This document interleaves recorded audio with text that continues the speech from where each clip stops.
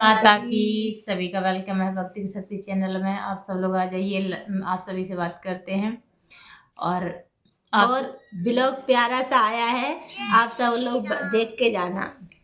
तो दोस्तों, हम जब माता रानी के मंदिर गए तो हमने एक ऐसा नज़ारा देखा कि जो व्यक्ति जाते हैं ना दर्शन करने, एक बार गए, दो बार गए, मन्नत पूरी नहीं होती है, भाग आते हैं, उनके लिए आज मैं एक ऐसा सब विषय बताऊंगी कि जिससे तुम टिक जाओगे और आपकी हर मन्नत पूर्ण होगी।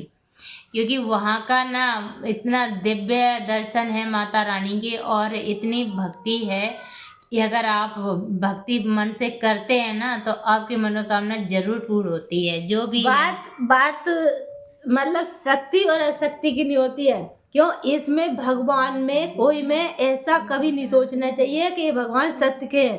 भगवान सत्य के ही होते हैं, कमी हमारे विश्वास में होती है। ये सनातनियों की बहुत बड़ी कमजोरी है।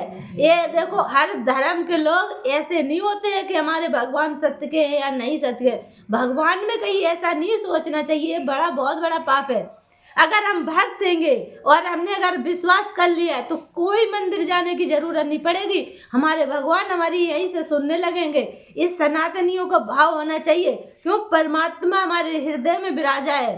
तो लोगों का ऐसा होता है कि भगवान सत्य नहीं है तो हम लोग भागते ही रहते हो, जीवन भर भागते रहोगे। भगवान में ये कहोगे ये मंदिर, भागने से कुछ नहीं मिलता है। अगर तुम एक जगह टेक गए ना तो भगवान वहीं मिल जाएंगे, सारी मन्नतें वहीं पूर्ण हो जाएंगी, क्योंकि वो तो कड़ में समाये हैं। तो जब एक मंदिर में समाये हैं तो हजारों में भी समाये, हजारों में समाये तो एक में भी समाये। तो कहने का ये मतलब है कि जब हम 10 जगह भागते हैं, काम पूरे नहीं होते हैं, तो फिर क्यों हम भागे 10 जगह। एक ही जगह बैठ जाए ना, भगवान तो एक ही जगह सुन लेंगे।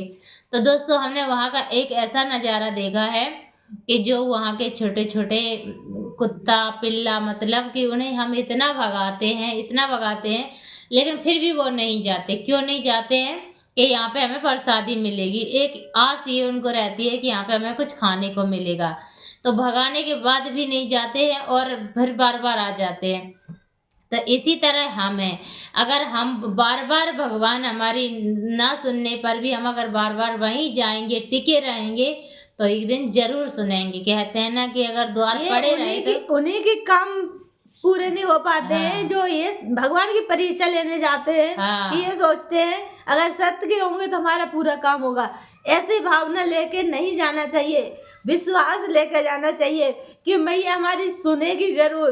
अगर हम आए तो माता रानी हमको खाली नहीं लौटा देंगी।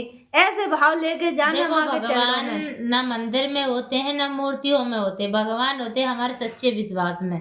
सच्चा भरोसा है तो भगवान वहीं सुन लेंगे। तुम कहीं से भी पुकारो, अगर मंदिर नहीं गए, घर बैठे हो, तो दर्शन अगर वहां से करोगे तो घर बैठे भी मन्नत पूर्ण होती है। तो भगवान सिर्फ विश्वास की लाज रखते हैं। ये मंदिर क्यों बनवाते हैं? मंदिर भक्ति की पहली सीढ़ी है, जहाँ हम जाते हैं माता रानी के।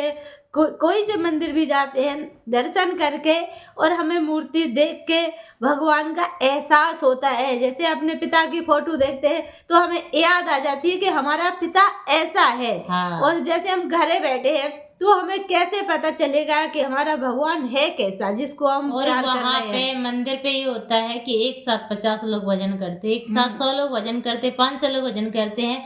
तो वहाँ का पवित्र होता है हर दिव्य।